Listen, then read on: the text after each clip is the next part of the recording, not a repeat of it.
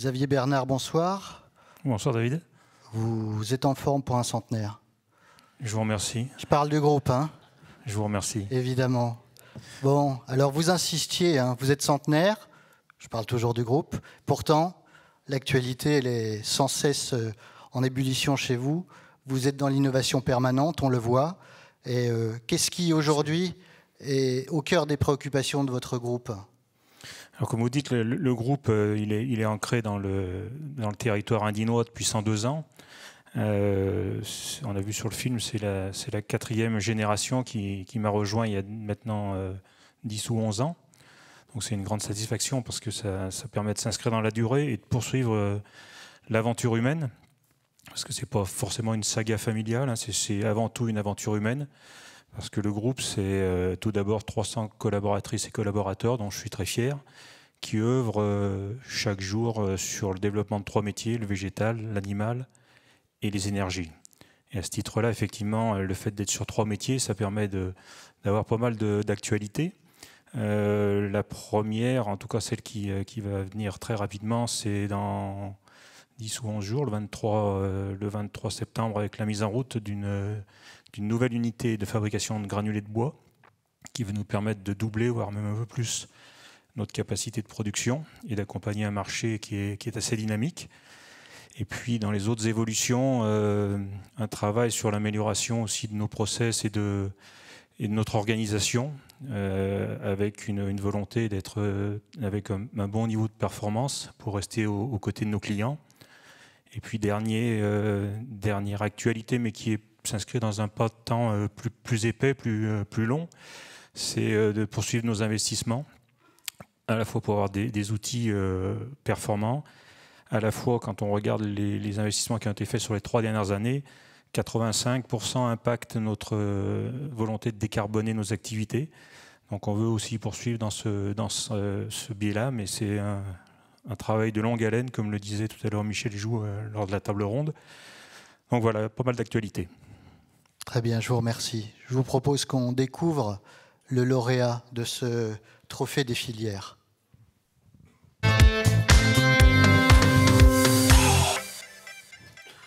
Et si Romain Georges peut nous rejoindre.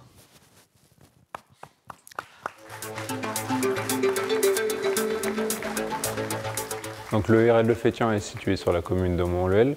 Je suis associé depuis 2014 avec mon frère Sébastien. L'exploitation représente 269 hectares, une 50aine d'hectares en blé, une 20aine en soja, et après c'est de la céréale à paille, blé, orge, colza. Aujourd'hui, l'exploitation elle a une canardière de 12 000 canards en label standard, et ainsi que 3 bâtiments de poulets label, en poulet noir, jaune et pintade. Après, on a notre activité qui est la SRL Georges Père et Fils, où là nous avons toute activité agricole. Donc nous réalisons les travaux du semis à la récolte, et nous avons une partie forestière qui est de taillage de haies et entretien des bords de route.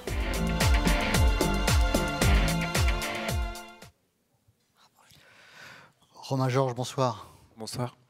Ce qu'il y a de bien, c'est que dans le clip, vous n'avez pas évoqué, finalement, ce qui fait que vous êtes là ce soir, vous n'avez pas évoqué la culture du soja et la culture du blé. Hein. C'est pour 2 productions pour lesquelles vous avez des débouchés intéressants et locaux, si je puis dire. Expliquez-nous. Oui, on fait une production de soja qui est destinée à Sojason et du blé destiné pour l'usine Barilla. Très bien. Alors Barilla, c'est à Saint-Vulbas. Sojason, rappelez-moi. Sojason, l'usine est à Rennes, Ouais. et Barilla est plus à Parme. D'accord. C'est pas très locaux, Ouais. dire, mais après, ça permet d'avoir une valeur ajoutée sur cette production. Ouais. Et voilà. Très bien. Et du coup, c'est de la matière première que vous arrivez à valoriser effectivement de 10 à 15%, vous me l'expliquiez, hein, c'est ça? Oui, c'est ça, parce qu'on a quand même l'opportunité de travailler sur le matif. Et après, on a une petite prime basée sur le matif, donc c'est intéressant quand même. On peut vendre sur le cours du marché, quoi. Très bien. Et Monsieur Bernard, vous intervenez, vous travaillez avec Romain Georges. De quelle manière? Parce qu'on ne l'a pas dit, mais vous êtes auprès des agriculteurs du début à la fin, quasiment. Oui, on essaye de bâtir effectivement des filières. Alors après, il y a 2 façons de bâtir une filière. Soit vous partez de l'industriel, vous avez une phase d'écoute pour capter ses besoins, et dans un deuxième temps, vous vérifiez la faisabilité des productions sur notre terroir. Et ensuite, si c'est le cas, il y a une autre phase qui est la phase de négociation avec l'industriel. Parce que pour avoir certains aspects qualitatifs, certaines contraintes, comme l'évoquait Gilles tout à l'heure, il faut une rémunération qui soit adéquate. Donc, une fois qu'on a acté tout ça, on va effectivement proposer aux agriculteurs des contrats de production.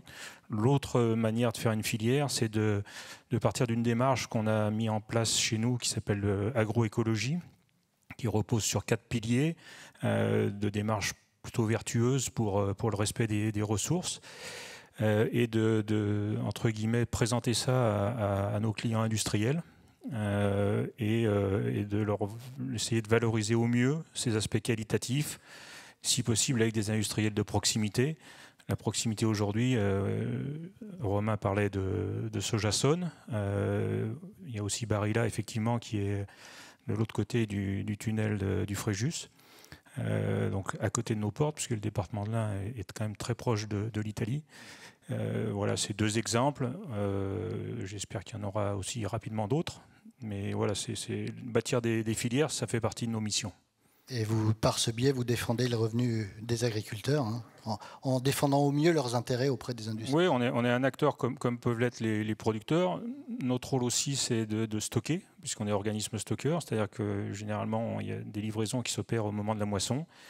Et nous, on est là pour se servir tout au long de l'année notre client industriel. Romain me disait qu'il stockait à 2 km de chez lui, en gros, hein, c'est ça? C'est ça, dans une ferme voisine. Ouais. C'est très local. C'est très local, pour le transport. Non, mais bon, au moins, c'est facilité de travail au quotidien, c'est moins coûteux, et puis la logistique est beaucoup plus souple, hein, évidemment. Quand il s'agit de stocker à 2 km de chez soi, ça ne prend pas la journée, et c'est un gain de temps. Enfin, on imagine bien toutes les vertus que ça peut avoir. Merci à vous 2, en tout cas. On va passer à la remise du trophée, si vous le voulez bien. Merci beaucoup.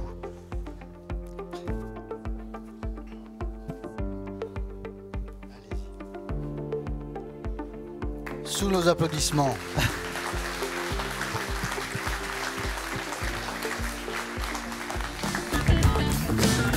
Merci beaucoup à vous 2.